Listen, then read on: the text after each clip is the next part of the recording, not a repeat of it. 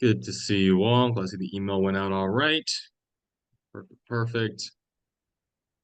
All righty. Should be a good time this morning. Start off with a cool announcement. My last session, last office hour session, I was talking about how I had put an offer out on a four-family building, and my count they were listing it for 290, and I just got my counter accepted at 244, which is great. So I should be moving forward with my next acquisition here, which is fun. This is this weekend.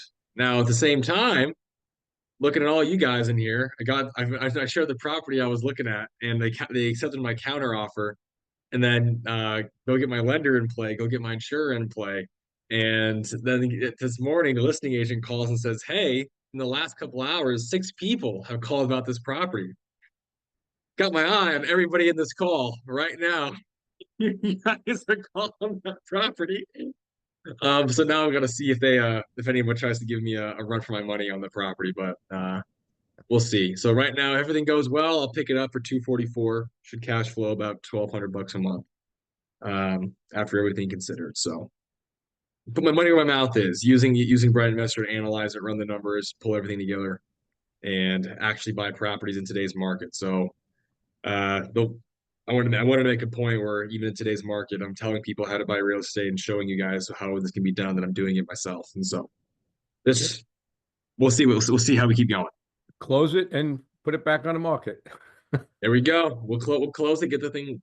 But also, really cool benefit to this one. This is one of those wins that you just kind of get when, occasionally, is that there's a local immigrant international institute that helps relocating immigrants get set up in the St. Louis city. And this property, all the tenants are first-time immigrants that this institute helped place. And so getting to purchase this building means I get to help support these immigrants with a good quality place to live and support them long term. So it's a nice little personal win as well when you have a situation like that. So it's kind of a double whammy for me of being able to make things work. So I just wanted to start off with that little update this morning, and of course, welcome folks who are coming in to learn more about what we do here at BI. For some new faces, Steve, how you doing? I might be Hey, muted good. real How quick. you doing? There we go. Good, Thanks. good, good. Absolutely. Then, as a reminder, I mentioned last week how we have about 44 upgrades that are coming out soon. You guys are getting email about those when they're coming out here in the next couple weeks for some more improvements to the platform and product. Keep you guys posted as those are releasing.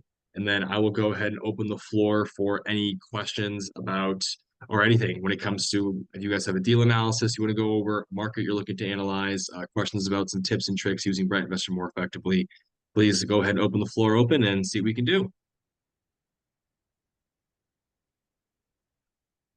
All right, Jithu, I see that you have a question about a property. You want to go ahead and unmute yourself and explain what you're looking at? Hey Donato, yes, I'm thinking about making an offer for this property, but it's still that area is kind of new to me.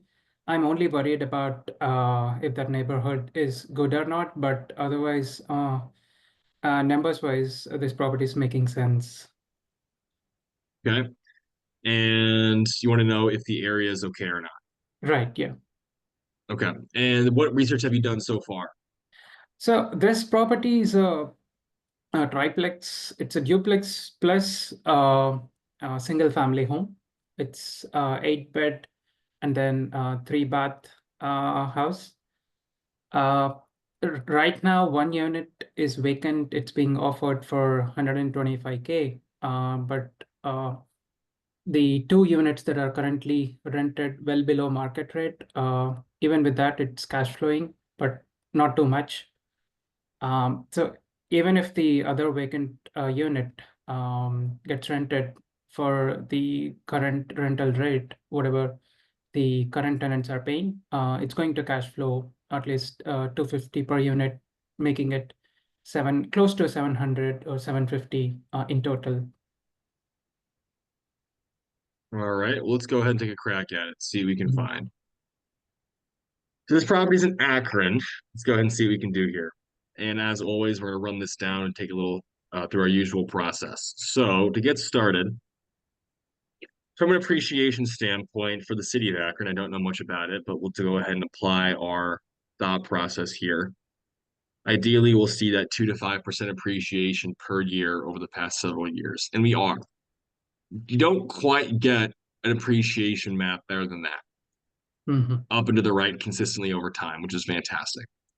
And your property is in, well, it's like I right think, on the zip code line. You're yeah, right there. no, I think it'll fall below this area. Yeah, it's in 4301. Okay. So this area has been appreciating even faster at about 112%. So love the appreciation over time. Definitely a more affordable area of Akron. But I love the fact that the home prices are still relatively affordable here. So next, we'll go ahead and check out our population growth for this area and see what we can do. Ideally, it's going up. It's not. Okay, so we are hemorrhaging people right now, Mhm. a little faster than I'd like to see. But the most important part about this is what our income is going to look like on the backside of this. So we want to go ahead and check out, is our income going up even though population is going down? And it is.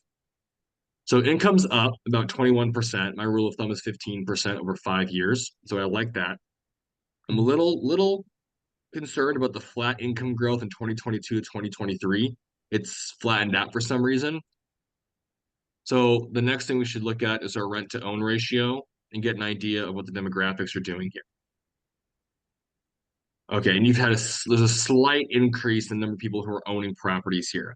So because of that increase, we're not necessarily seeing a massive shift and oh my gosh, everybody wants to buy and own here. We're seeing Mhm. much more gradual. So when I see income growth going up but kind of stagnating and the slower population, I'm a little concerned about the area.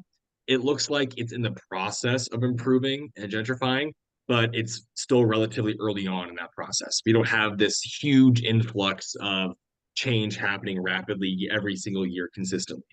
So it Mhm. seems like it's on the earlier pages of being able to improve. Now, from a rent growth perspective, this would also help us out knowing what are, say, two-bedroom apartments going for. Okay, in this case, rents here took a massive dive during 2023 and 2024. And a two-bedroom right now is averaging about 923. So really important part about this, Jithu, Mhm. rents right now are the same as they were almost 3 years ago, Got it. all things considered. So basically flat rents for 3 years for a two-bedroom. Mhm. Now, from a three-bedrooms perspective, rents right now are relatively the same as they were back in September 2022. Again, it was 2.5 years ago. Mhm. So rents here, while up from pre-COVID levels, have been relatively flat for the past 2.5, 3 years. I would caution you Mhm. in your underwriting on planning on significant short-term rent gains in this area because we see the incomes growing up, but it started stagnating a bit. The rents are a little stagnant right now, even though they've gone up for a bit. Appreciation is solid, but it's still relatively affordable area. And there's been a Mhm. slow shift towards owners. So this isn't an exploding area, right? Whereas other markets we've looked at in here in BrightInvestor are really over the last decade have seen huge changes and shifts. This one's a little bit slower. I see. And it's a little bit earlier on in its transition path. Sarah, you got a question? Yeah, I was just gonna ask. I am unmuted. I was just gonna ask what the 30% rule is there, and if they're currently Yeah, making it on the income, because great, that's something I would look at, seeing the rent stagnating. great question. Also, nice jacket, by the way. Like that. Thank you. Yeah.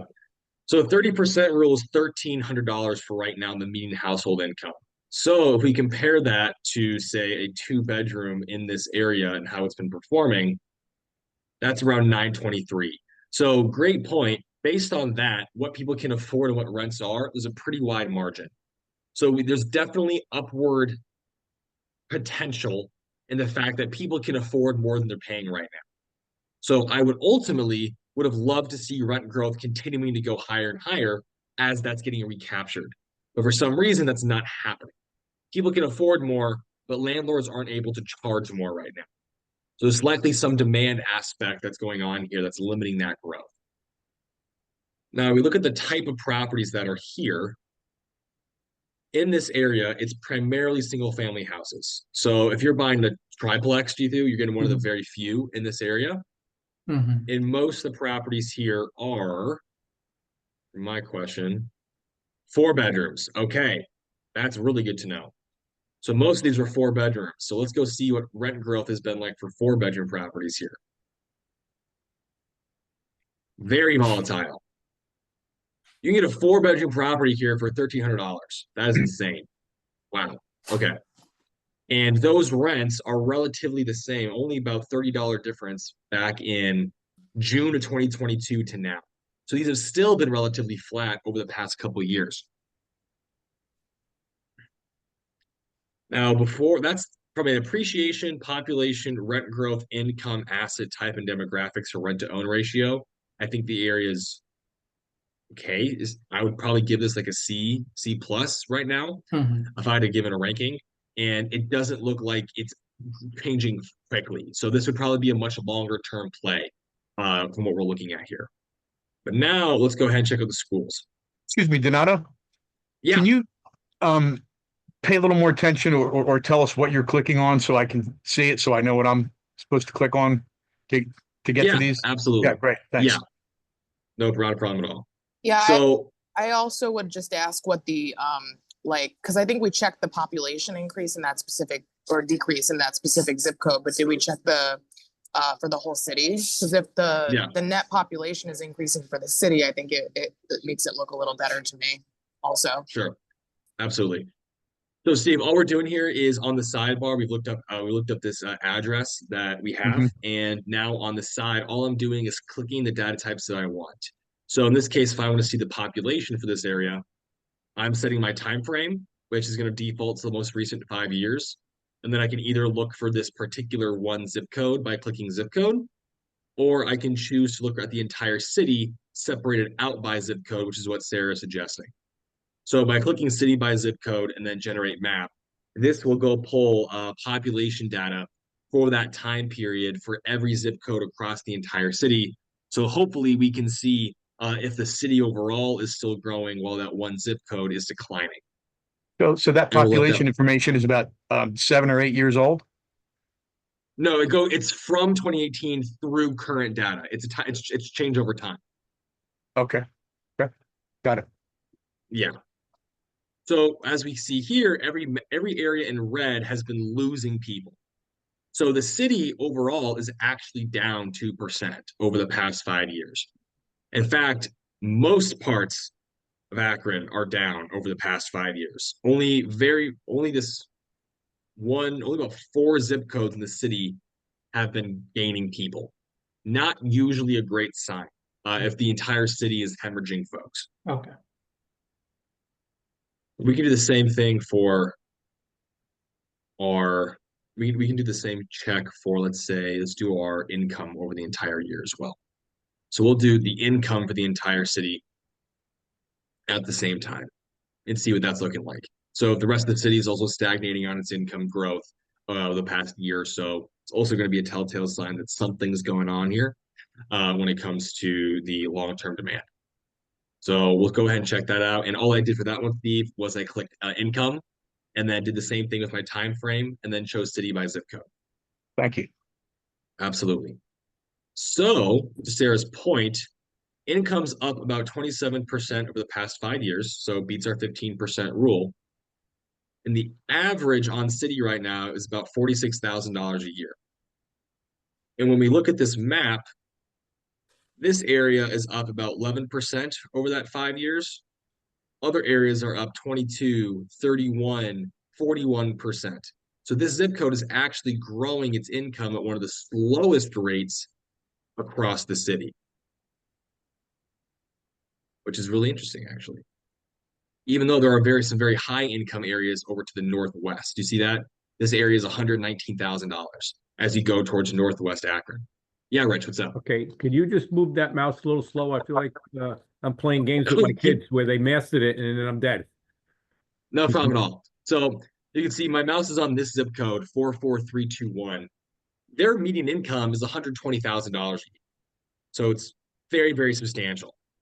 And as we move down south and go closer to where this property's at, which is that big red pin, the one zip code over, the median income drops to 40,000, significantly lower. Then if we go over another zip code, we drop to 28,000 in this area. Median income over $28,000. Now, if we go to the zip code that G2's property's in, the income jumps back up to 52,000. But overall, we know this area has been growing its income at a slower rate than other zip codes because the ones that are the darkest green are growing the fastest. And we know the population across most of the city has been declining as well.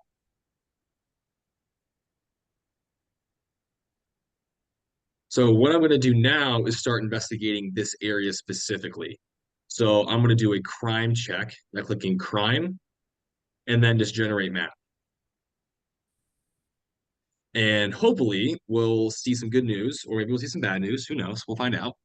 And see what crimes are going on here and how recently and what type of crime.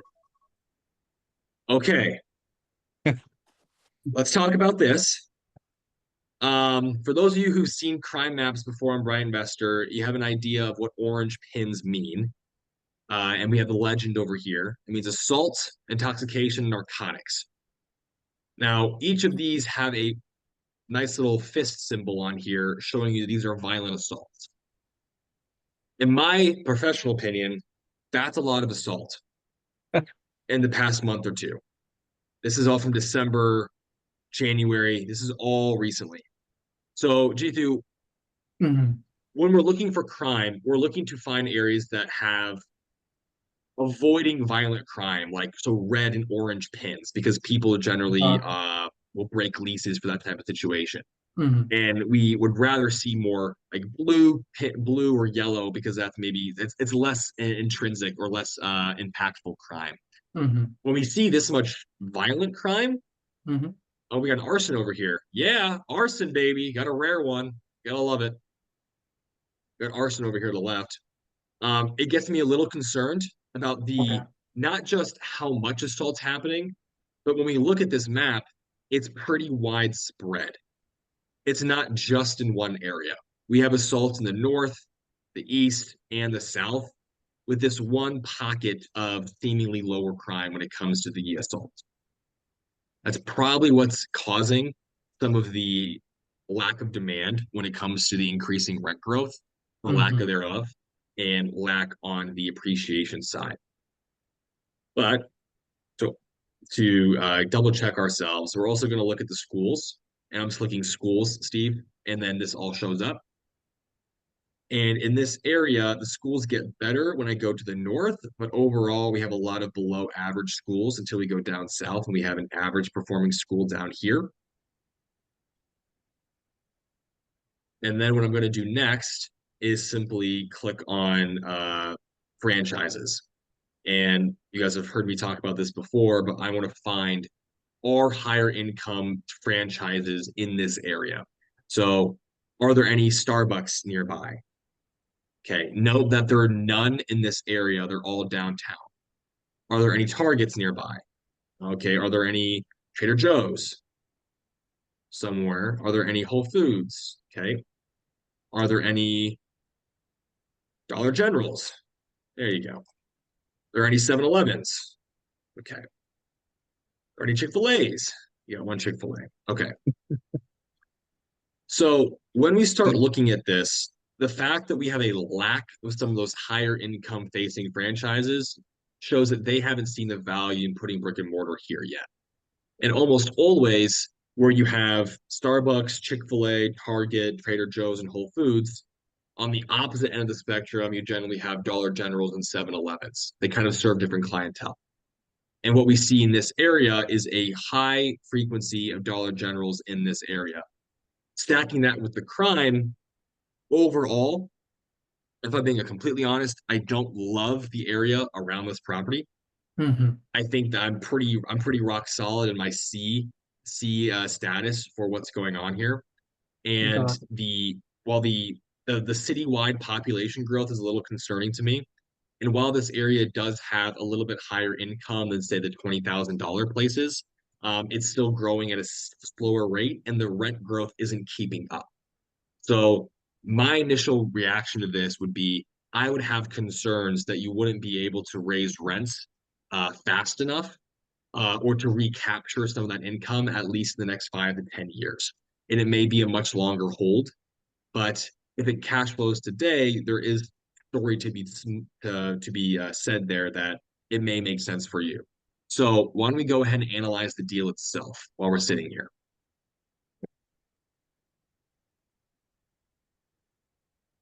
Can I ask you a quick Uh, question? yeah, go ahead. Okay, so I'm curious, why sometimes I'm going back to the crime report, the crime information. Yeah. Sometimes the tool doesn't display the crime information for a city, and it just seems unusual that there would be no crime reported. And I was wondering if there might be a reason for this. Yeah, so when we get crime data, this is actually something we just upgraded the other day. We have it in about these 700 to 800 cities. This list has been updated. So those 700 to 800 cities are where we have agreements with our providers, our police districts, to be able to display crime information here, and we're always adding more. And part of that has to do with legislation, the local municipalities allowing us to get some of that crime information and display it. So one thing that we did just upgrade on our latest release of the product is if you go to certain cities, we will now show crowdsourced crime data. So even if the police haven't officially registered the crime as an issue yet, we will show crimes that have been or things calls that have been placed with civilians reporting crime to help expand upon it. So what we're doing with crime data is bringing in as many cities as we can to showcase where it's at. That's also why if you're ever in a situation where crime data isn't being represented, go right over to the franchises, the businesses, and the schools. Because as you saw here, we could check it out and see all those other factors correlated to the fact this area wasn't attracting other types of investment. And when we double checked that with the crime, we saw that there was a higher level of assault. Does that make sense? Right, yeah, that makes sense. And how far back does the crime data go back? I mean, how far back in time? Yeah, it can go back months and months and years and years. We always pull the most recent information for what crimes have been happening in the last 30 to 60 days, always is where we start. And then using the crime button, you can always click load more and load more of those crimes in to go further back in time. But when we've talked to a lot of Bright investors, we've done the analysis. It's generally more important to know what crime is happening right now because that's what you're Sure. buying into. And to understand what kind of crimes are happening. So we know if you were to buy this today, what should you be expecting? Where would you get that crime report? Because I actually I'm looking in an area and I'm experiencing the same thing. Okay, what area are you looking at? Kingston, New York. Kingston, New York. Okay, let's see what we got here. Oh, that's Kingstown. Whoopsies. And if I see you have a question Yeah, as well, I I will got it. look at you as just a second as well. Okay, so if I look here and I click crime, let's see what we got here. Let's see what we have. Maybe we have nothing, maybe we have something. It's like a tertiary city. Okay, so I see here that it shows that we have information, and yet it's not. Let me take a note here. Notate that. Okay. Kingston, New York, crime. So in this situation where I'm not seeing crime appear, it's likely a situation where we don't have it on our list and it's not in here. So we're going to have to go to our backup information here and check out the schools. So in this situation, I'd be looking at the fact that the schools here are below average, and I'd save that as a layer. So I just click this add button, add to layer. Mhm. Then I'm going to go over here to our franchises and click just a 3 mile radius and do the Starbucks and do Target and do Chick-fil-A and Yep. do Trader Joe's and Whole Foods. And I'm going to do Dollar General and I'm going to do 7-Eleven. And then I'm going to come down here and click add as layer again. And finally, I'm going to go back up to step 1 and click businesses. And once I'm in businesses, I'm going to come over here and click restaurant. And I'm going to click grocery, and I'm going to click cafe. And then I'm going to click add as layer. Once I've done those 3 things, and I go back and I click this red clear map button, Mhm. all I have to do now is come up here to this top left section with this blue icon. That's your layer What? box. Why did you hit that that red button down there? Just to reset my map. Oh, okay, got it. So now I'm going to turn on my businesses. I'm going to click the eye icon and turn on my franchises. And I'm going to click the icon and turn on my schools. And as we turn all of those on, we can layer all that data together to see where they overlap. Now, as we're seeing, this town of Kingston, none of the high income franchises we like to see are in this downtown section. In fact, the only ones we have are Starbucks and Target up in the north. Additionally, all of our schools are situated right here, right along this road, is Kingston Broadway area. And all of our shops are too. So what we have here is this main thoroughfare that pretty much has all the commercial activity, and all the schools are right here. You don't have high income facing franchises. All of our economic activity is situated in one area, and the schools are a little bit below average. But we do have information on Dollar General, and those are in this central area and more to the south. So if I had to ascertain data here without obvious crime information, I would be looking at the fact that our higher income areas are going to be up towards Lake Katrine and over here towards Lincoln Park. And those are going to be a bit more desirable when it comes to where people want to be moving to. Then Yeah, I'd be actually, looking, oh, go ahead. yeah, actually, the data's showing different information. Because if you do the appreciation, this area is actually doing quite well. Ooh, interesting. Okay, let's go ahead and pull that up. Let's see what we got. So pull up our zip code here for appreciation. So the overall zip code, this is all one zip code here. Mm. And we look at our appreciation. Ideally, it should be going, we'll see how it's going. So obviously solid, 13% per year. Median house prices jumped from 200 grand to almost $500,000. So it's going up very, very quickly. That's pretty solid. From a population growth perspective, we checked out the entire zip code here. We do the same thing. We're down just a little bit. And if we check rent growth for, say, a 2-bedroom, 1-bath, up about 20%, but rents are flat going back to about 2022. Extreme volatility in the market. So let's check the same thing for, say, a 3-bedroom property. 3 bedrooms are doing better, up about 40%. We've seen some pretty significant gains here. Okay. Mm. Very expensive rents too. $3,000 a month for a 3-bedroom. So Yeah. if we compare that, What's interesting though is that this the city itself is really where it's light is a light color when like everything else is like the suburbs, but this is the city. Yeah.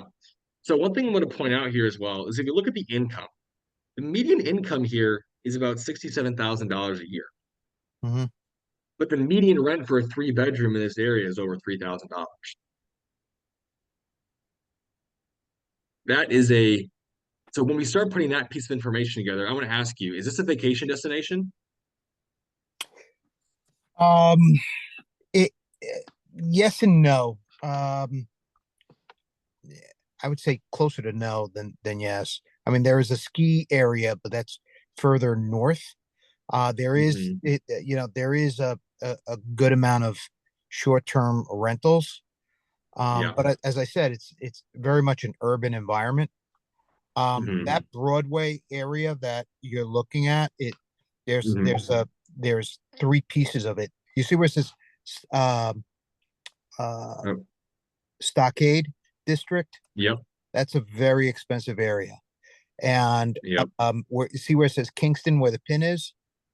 That's kind of Yeah. the Midtown area where the town is now did a rezone and some up and coming things are actually happening there.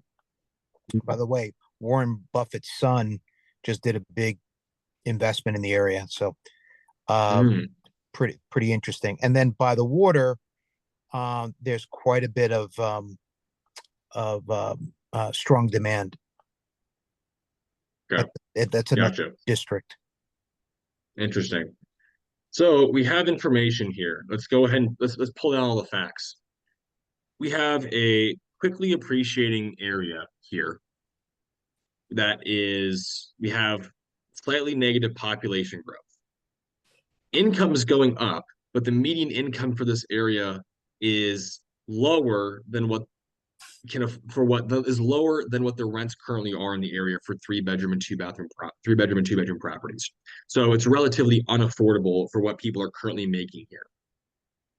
At the same time, most of our economic activities, like you mentioned, focus around this Broadway to Stockade district, with the Yep. higher income franchises having yet moved in.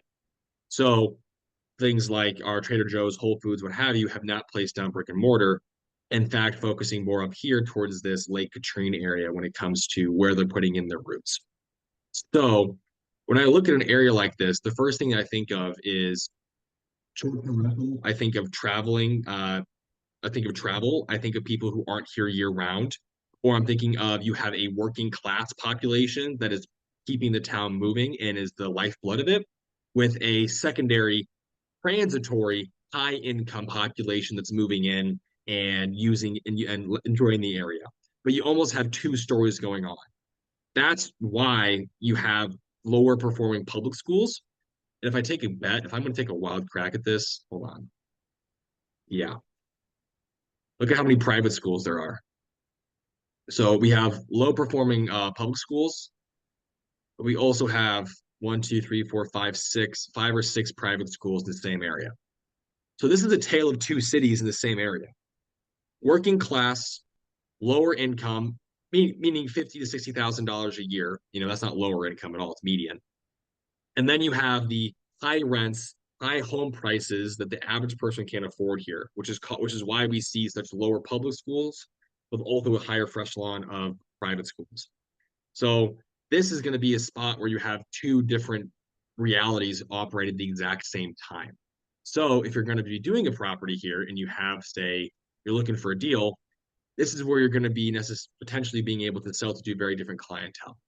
So when we look at this, say, in this area, the majority of properties are single family with a heck of a lot of multifamily. That's awesome. A lot of multifamily here. I go ahead and say I want to find a off-market single family. It's a 3 bedroom, 2 bath, and we want to find someone that's motivated to sell. I'm just going to go ahead and click search deals and set those criteria for myself. So our single family off-market, 3 bedroom, 2 bath. I just want to look in this zip code, and we're going to find someone that is a landlord in this area.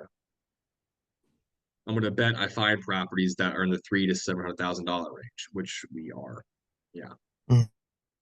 So you've got two realities here. You've got folks who are renting multifamily who are working class, and then you've got your higher income folks who are coming in buying single family homes in this area. So all you need to do Yeah, is choose who you're going to go after. Buy multifamily for the yeah, rental or flip single family for the higher income folks. yeah. What's interesting is that I'm looking at a property, and I can give you the address, 104 Home.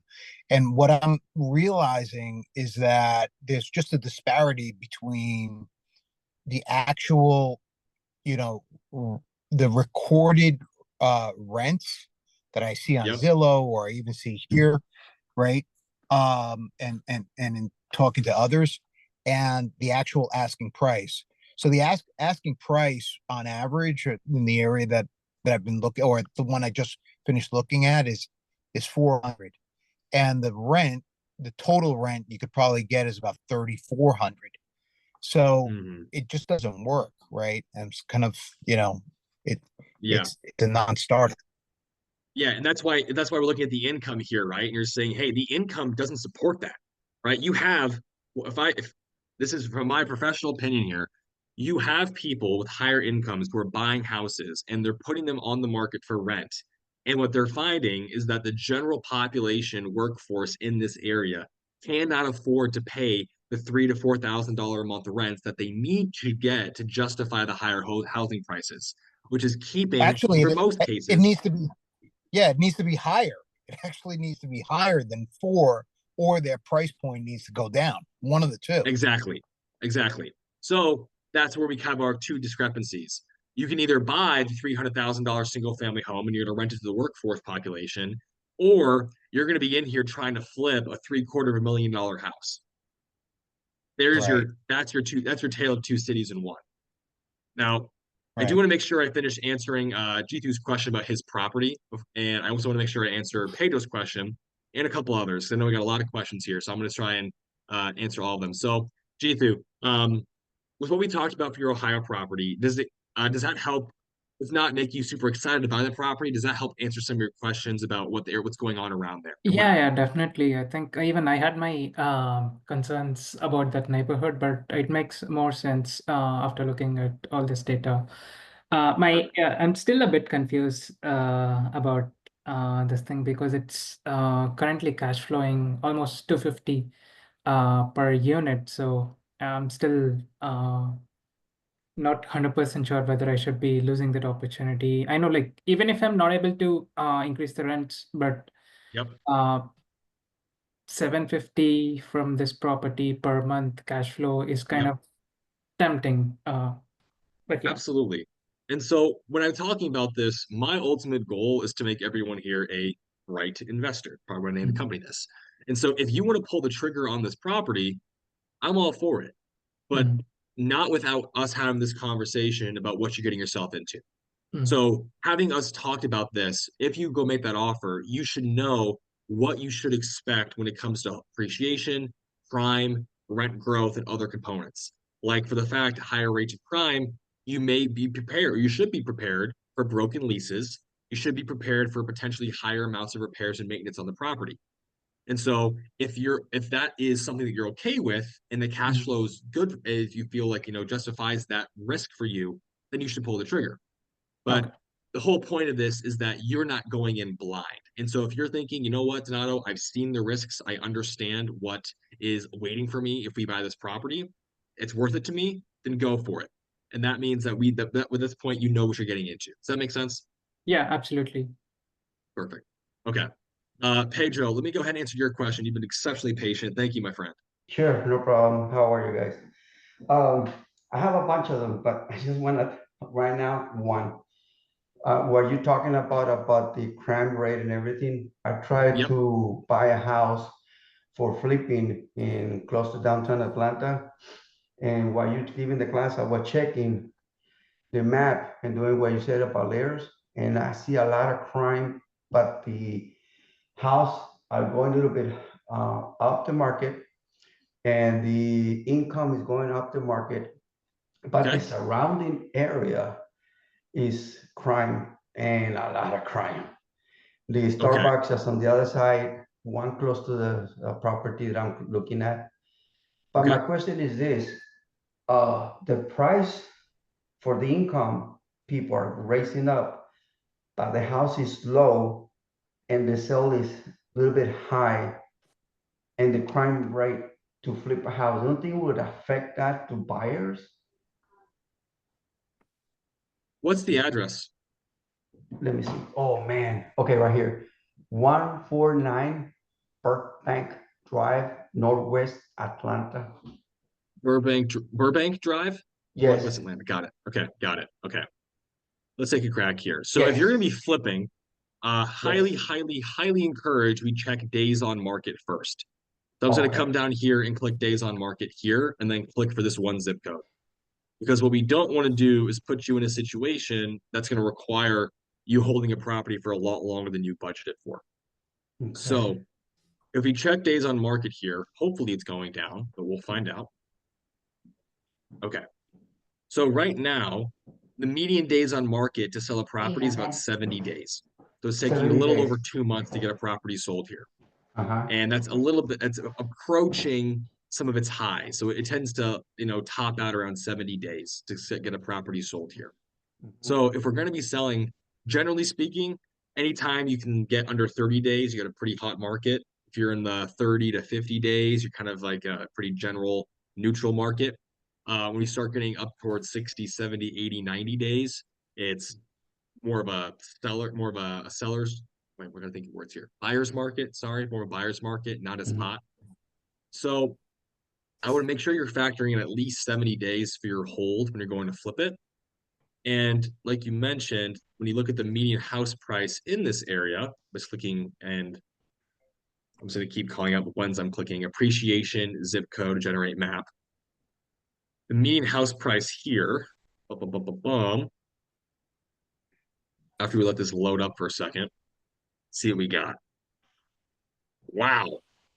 Wow. Look at that. You guys see that? You see that chart? Focus on that. Yep. I'm going to zoom in my screen. That is beautiful. Oh, Yeah. okay. That is fan-freaking-tastic. 21% average year over year. Oh my gosh. So as a flipper, that should make you very happy. We've seen very consistent rent growth. Key point, since interest rates have been high, prices have been doing nothing. They've been rock solid at 350. Rock solid. So if you're going to be doing a flip, absolutely, I would not recommend going to price this thing anything over 350. You have over a year and a half of data saying that the demand is simply not high enough to push you over that threshold.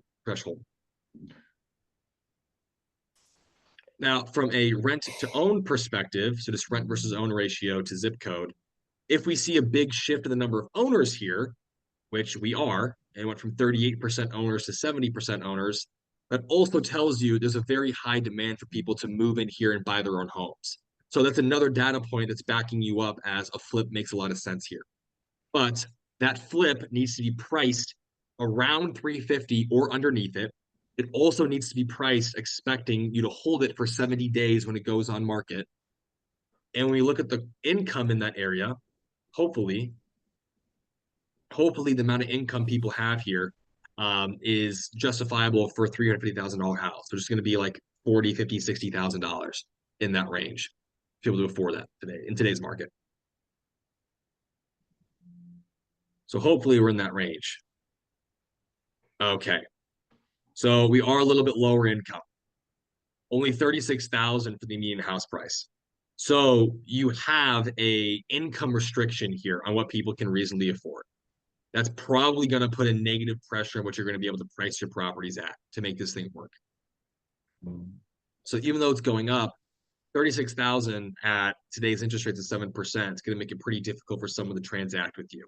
So I would even start looking at, hey, if we were to analyze this property, right, and open up the property details. Oh, whoops, I gotta pull this back up 1 second. If we were to open this property up, I'm having internet problems for like 3 days now. It's really frustrating me.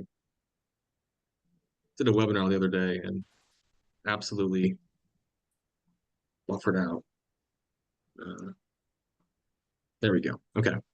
So for example, if we pull up your property here, and let's say you flip it, right? Deal analyzer, go to owner occupied. If someone bought this property from you for $350,000, it's going to cost them $2,200 a month.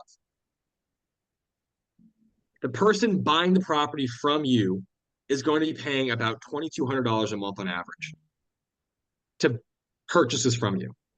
And we just saw the median household income is $36,000. Like Sarah pointed out earlier, the 30% rule.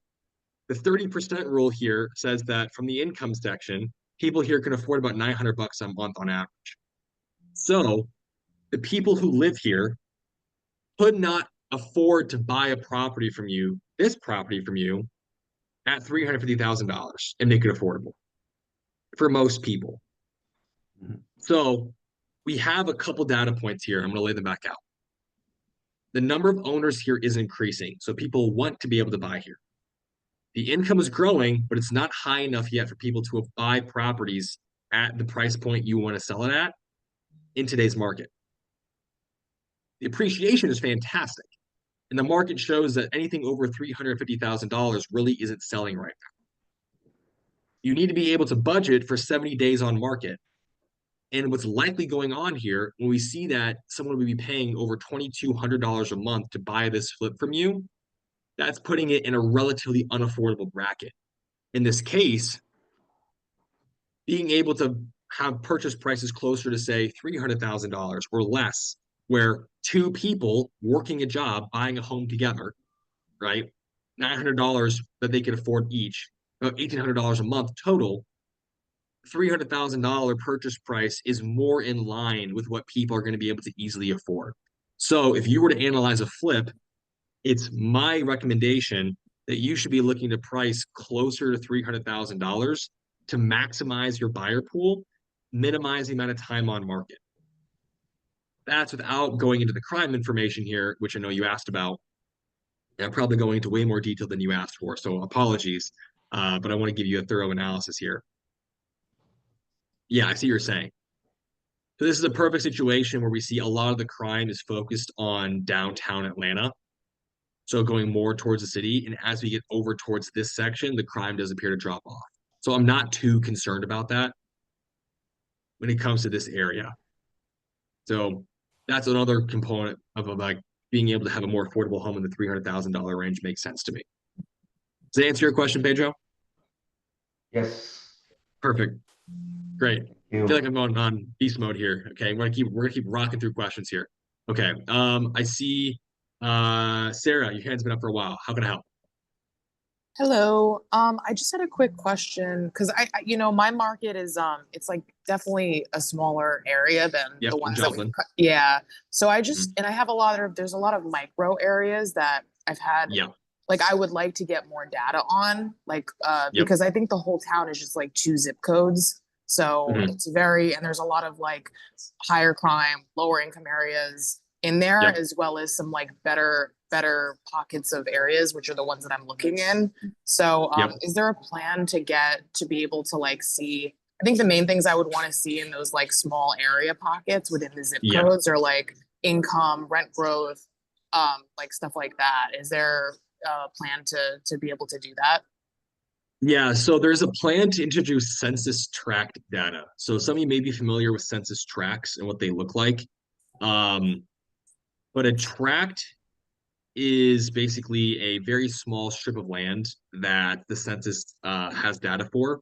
So one zip code may have 2,000, 3,000 tracts. And we can essentially get income data for basically every, I think, like 0.1 square miles of for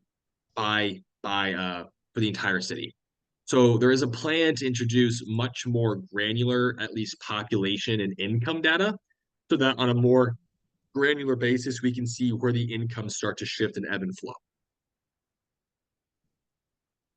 Okay, cool. Are there any ways like currently that I don't know to like kind of get around that?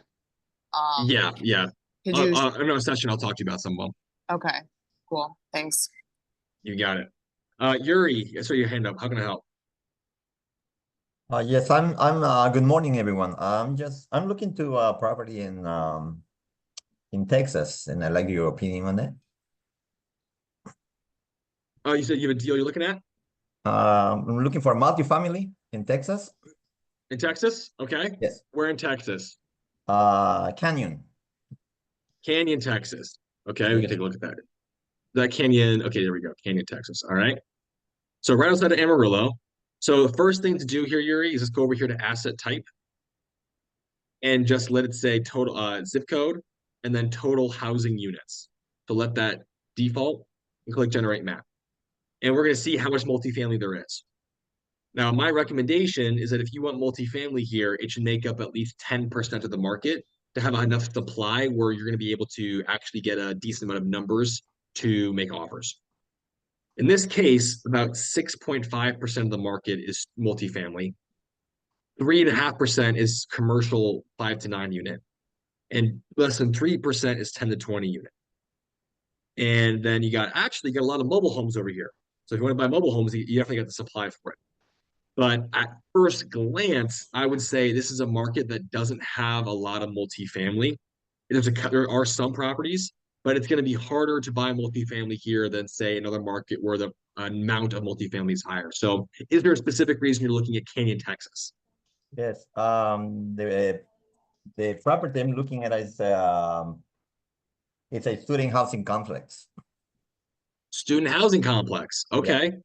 Interesting. You want to look at it? You want to take a look at it. Okay.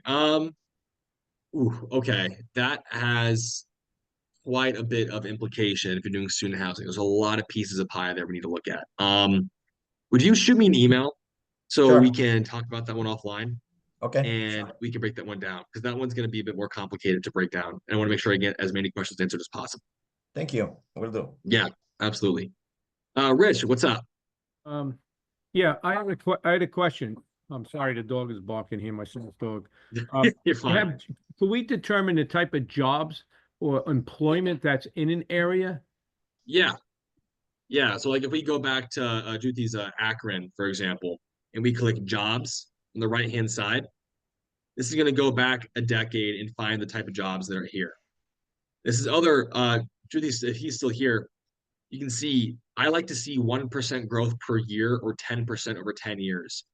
And over the last 8 or 9 years in this area, the job market's been relatively flat.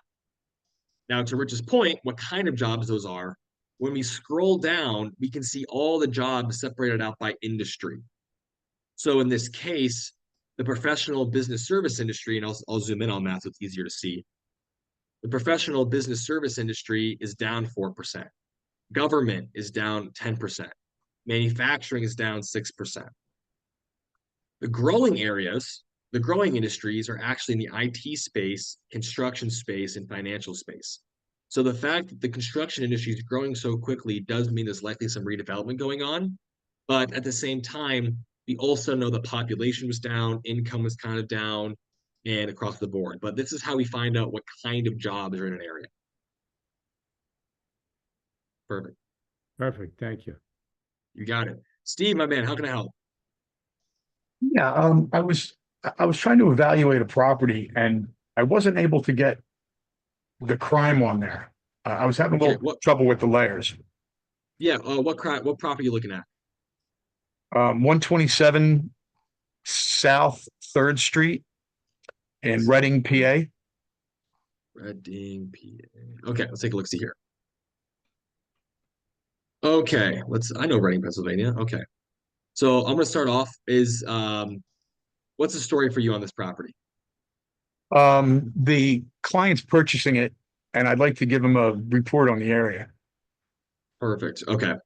So let's go ahead and take this piece by piece for you. So home prices here are skyrocketing. I mean, wow, 350% growth in the last 7 years. Fantastic, right? Home prices now are averaging around 200 grand. So one of the fastest appreciating parts of Reading, Pennsylvania, which is fan-freaking-tastic. Now, we're going to go ahead and check the same thing for income.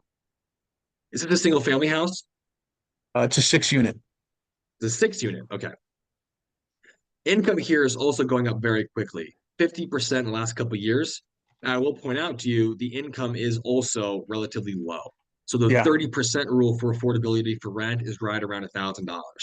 So if the client is expecting to go much higher than that, there could be some issues on the affordability side. Mm-hmm. Yeah, now, that's about where they are. Yeah. Okay, great. But now from a rent growth perspective, I'm betting they're all 1-bedroom units, but it could be wrong. I'm not sure about the number of bedrooms per unit. Some of them, I think they go up to there's a few ones, but I think they're mainly 2 bedrooms, if I remember correctly. So the 1-bedrooms actually very recently, just in the last year, have recently started skyrocketing, a little over $1,000. So based off what people can afford and the 1-bedroom prices, they're pretty much in line.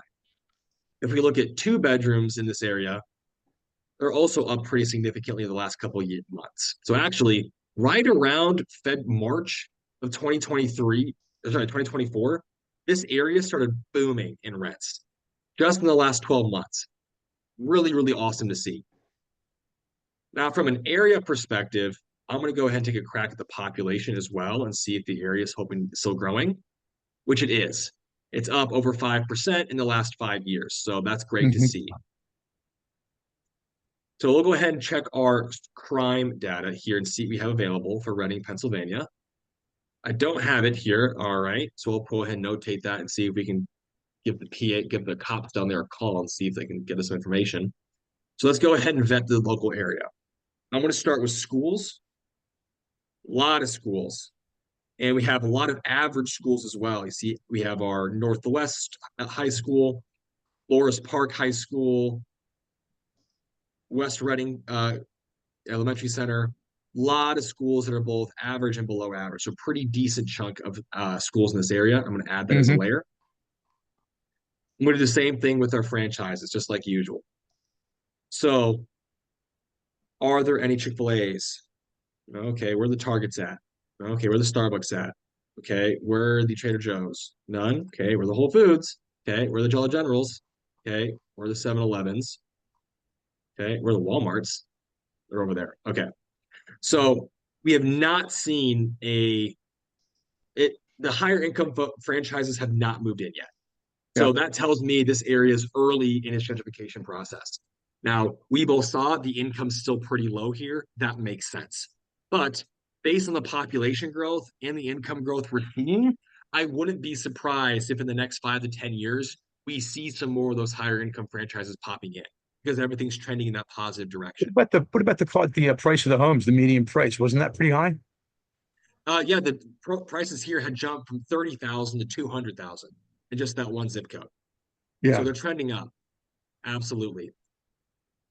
Now, well, then check is the rent to own ratio in this guy's one zip code. So over the past 12 years, you see that? Complete demographic shift. Like usual, it was very low income. Everybody was renting. It was not the place people wanted to own. Now, everybody wants to own here. People are moving here, buying houses. This is exactly what we see when we see a demographic shift and a huge gentrification push. So we know that people are owning here.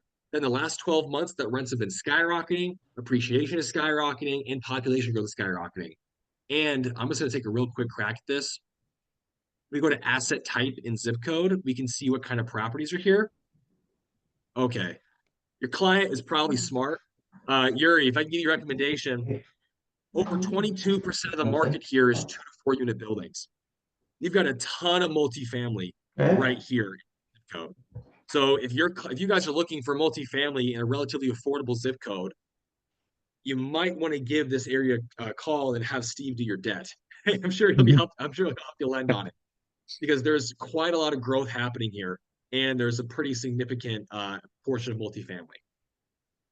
So back to your report, Steve, all I'm going to do is click View Property Report and pull up the Zillow listing because I just like to double check all of our data and check it out. So what is this person buying it for? As an investment, they're going to rent it. It's a buy and hold for $350,000. Yeah. Okay. So 349. Okay. Great. Perfect. All right. Perfect. So when we look at this, right, and we want to pull this report for them, we can go ahead and pull, say, a 1-bedroom, 1-bath apartment and click Generate Comps. And here's all the 1-bedroom rent comps that we want to go ahead and send to that client. And then all the market trends for that area, when we click Market Trends, are all saved in here for you. So we have the days on market, the population growth, the income growth, and the appreciation. So where do you access that screen from? Once you click, so do you That's know how the to get to this? property data report? Is that the property report? Okay. Yep. Yeah. So all I did was click Market Trends. Got it. And so when you go to click Create Bright Report to send to your client, and you click Create Bright Report, hit View, then this report will show up with all the data on here that you want to show. So it'll have the information here, transaction history, sales comps, and then all your rent comps here for your client to peruse and look at. And then for the market information specifically, as you scroll down, we have all the market research here as well. They'll be able to flip through. So in your Gotcha. case, if they have 6 units and the average, let's say the average monthly rent's $1,000 a unit, I'd do that deal. Yeah. That's a damn good deal. And I think you'd be smart for lending on it. So there, yeah, and there's no units in there less than 1,000, they were saying. So that should, so it's going to be that or a little bit higher. And then Yeah. you have the repairs vacancy factor and Yep. cap. Okay. Yep. And then you just go ahead and put in whatever your rate's going to be for them. So is it what, 7% these days? At 6 point, I think it was, yeah, about 7%. Yep. Okay. So I'll go from 6 to 7. That's fine. Yep. So yeah, you're looking at a pretty solid, almost 2 DSCR and pretty solid monthly cash flow on something like this. So Yeah. I mean, yeah. So what I'll do here is I'll even copy this link for you by clicking this copy link section. I'll put that in the chat and I'll send that to you. Now, when you create a report, what would be the items that you would want on that overlay? Like in your opinion, like the different What layers. would I want to see if I was a client? Yeah. As a client, what's most important to most people is rent comps, deal analyzer, and market trend most of the time. That's what that's what most folks want to see, maybe some sales comps. But in this situation, they've already purchased the property, then the sales comps aren't as necessary, and the ownership information isn't as necessary because they've already made their offer. So Well, they haven't, what I would recommend yeah, they're under doing, contract, so they haven't closed yet. Yeah. okay. Yeah. So what I would recommend doing is when you create a report, you're going to get this button that says share settings. Mhm. When you click that, you can just turn off all the stuff that's above. So, hey, I'm going to turn off all the property details and just give them all the comps and market research and analyzer. Okay. And you click save settings. And then when you send it to them, all the other stuff will be hidden. So it's a much more abbreviated report. Got it. Thank you for that. Oh, absolutely. I know I've got a So lot of there's people no, there was no crime available, you said, right? Yeah, so we looked at the market research and everything else for the schools, the franchises, and the businesses to vet the area.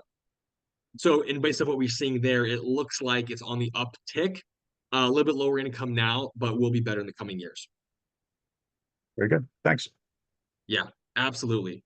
Okay, I'm just gonna go through the questions here as well. Shabab, are you still here with us? Shahab, Hey, sorry, I my am. apologies. Oh, you Perfect. got it right Okay. the second time. Perfect. Thank you. With a name like Donato, I know the pain. I've been called everything from Dorito to Donatello to Donut Hole. Man, you wouldn't believe. You would not believe. So I see you asked a question. Is the software good for analysis once you have a property, or can it help you analyze an area to find deals? Does what I've shown so far help answer that question? Yeah, definitely a little bit. I have a sort of follow-up question. Right now, I'm paying for a membership to PropStream, right? Can you do like sort of a comparative analysis of like what you guys? Sorry, I'm asking you for a sales pitch here, basically. But like, what are the differences between like PropStream and you guys, right? Sure, absolutely. Well, besides my stunning personality, which you can't get anywhere else, all of this market data PropStream won't have. So they're not going to have any of this for you to analyze the areas. But what we also have, in addition to things like PropStream, and we honestly do get folks who leave Deal Machine and PropStream to come to us, is by using this search deal section, you can search for off-market deals anywhere you want as well. So you still get all the deal finding capacity. So in this case, like if I'm Steve's client, I'm looking for multifamily, I'm going to look for off-market multifamily properties that have motivated sellers. So I usually always do high equity, absentee owned, maybe out of state owners. And then I'm going to look in just the zip code that I want. And when I search properties, I got over 83 off-market multifamily properties that I can start analyzing and start searching. So when I click on one of the benefits you get is you get all the property details, but we will provide the sale comps and the rent comps and pull an insurance quote for you, then do all the market research for you and have built-in analyzers for up to 6 different strategies. Wow. And as the Okay. folks who use the platform know, we also get free skip tracing. So you can get their phone numbers. We give you 100 free phone numbers per month just for being here. So we're basically prop stream plus about 10 other tools in one for about the same price. Okay. Good stuff. Thank you. Hopefully I've convinced you, but regardless, happy to help. Any other Awesome. questions I can answer for you, sir? No, you've done this a little bit already, but I mean, if we have time, maybe we could just sort of do like a general analysis of like the Chicagoland area. And if that's too big of a ask right now, that's totally fine. I think I have a general Not a idea of what problem. you Let guys me do. go ahead and check some other questions here first, make sure I Yeah. can I need to drop, please share recording. Absolutely. We'll get the recording out. Absolutely. Let's see here. Basically, BrightInvestor wipes the floor with prop stream prop wire. Thank you, Chester. I appreciate that. All right.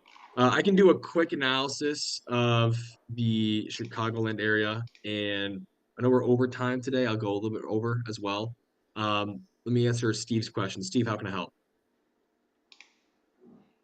How did you edit the number of units or in the subject property? Edit the number of units in the subject property.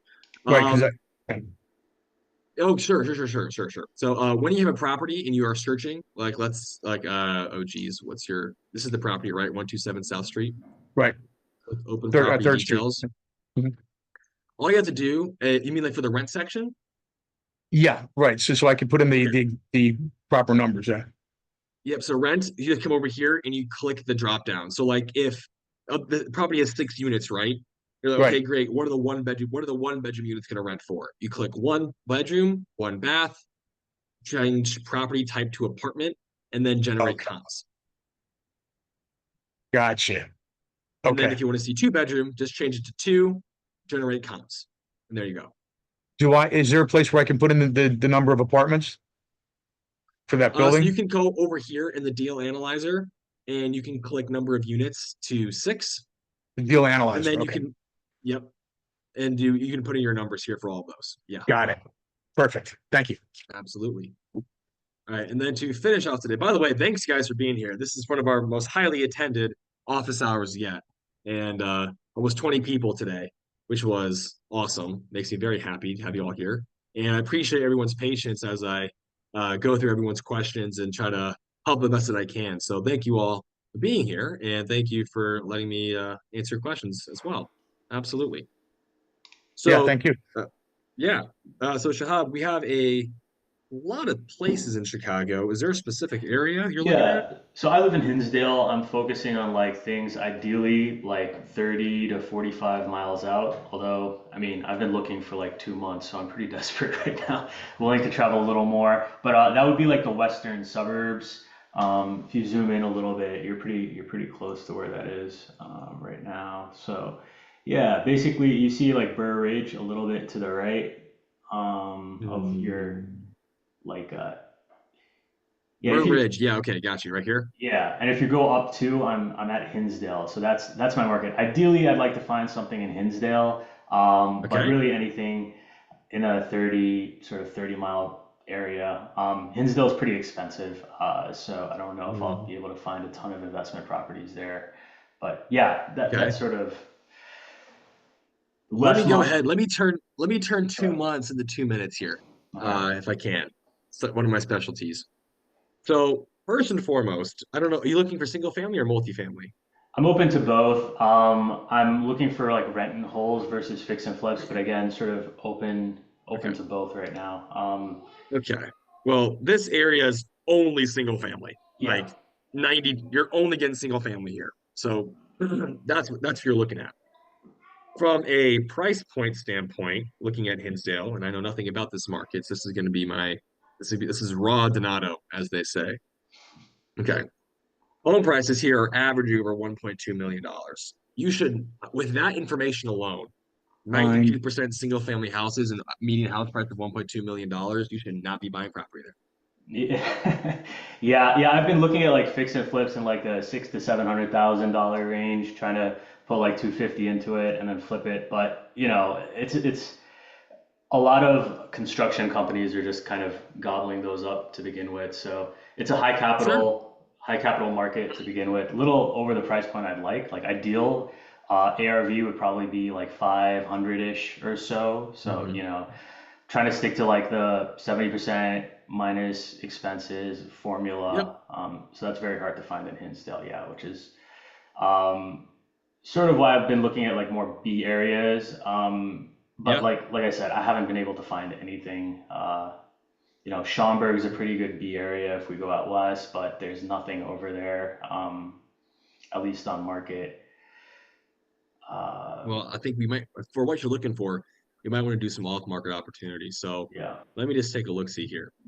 If you're trying to, and this is the guys here know my opinion on this, right? If you're going to buy multifamily for rentals, which is what I recommend most times, you want to buy between $60,000 and $80,000 a door. If you're going to buy a single family, you know, generally speaking, there's a 1% rule. I like the 2% rule because I like more money in my pocket if I can get it. But when we look at different spots, right? If I look at a place like, you know, Naperville, sorry. Naperville, yep. Yeah, what we're looking for is to see where the properties you want to buy with the prices that you can afford with the rents and cash flow. And in this situation, right, you don't want to flip properties. You want to buy and holds. Right. Right? Correct. So if that's what we want, we need to be making sure that we're putting you in the right places to do so. So like here, we have a lot more multifamily out this direction. Not a ton, but we have some. So what I'm going to do, because I'm biased, like I'm very clear, I'm biased, I like multifamily. All the multifamily is up here in this area, 605, 63. So what I would do is start looking at home prices just in this area and get an idea. If it's all right, I'm going to zoom around a little bit. I'm going to go real quick here. Yeah, absolutely. But I'm going to check the fact there's a lot of multifamily here, and the median home price is about $500,000. So don't love it, a little expensive, but more in your price range. There's also some single family here. Also, home prices are down right now. You see that? Other thing I'd point out to you, and as a potential risk, before COVID happened, this area was trending down. That's not great.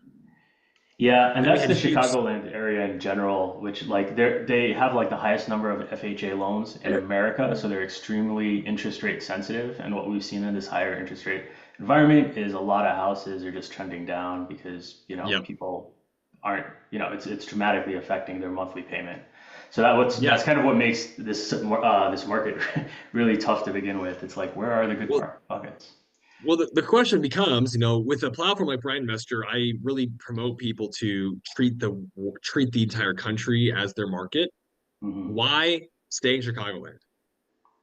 Yeah, that's a great question. So the reason I'm doing real estate right now is I'm trying to offset, like I have a bunch of appreciation. I was part of a startup, went public, have a bunch of like appreciation. I'm trying to offset through accelerated depreciation, right? I just wanted to do Chicago because this would be like my first couple of properties, right? And I'd like to see the sort of, you know, rehabbing process in person, just so it's something I can try to manage before like going out of state and trying to expand my portfolio that way. But you know, I'm open, relatively green right now, so. Okay, if I could, you know, encourage you any direction, I would go where the opportunity is, and that's part of the benefit of having something like this is that we can de-risk it from wherever you are, because ultimately, and this is folks who are working with me know I ask these questions a lot. If you want to be buying, well, let me ask you this: do you want to be a full-time renovator and house flipper? For the purposes of depreciation, probably for this year, yes. I have to spend more than 50% of my time in like house-related activities to be an active investor. Oh, you're trying to file as a real estate professional. Right, just to offset my depreciation, but probably around like the midpoint of this year, you know, try to start working, like start another startup or something like that, and probably spend less time with real estate activities. But yeah, for the purposes of this year, I think the definition of an active real estate investor is you have to spend more than 50% of your year in real estate related activities. So I'd have to cover that. Okay.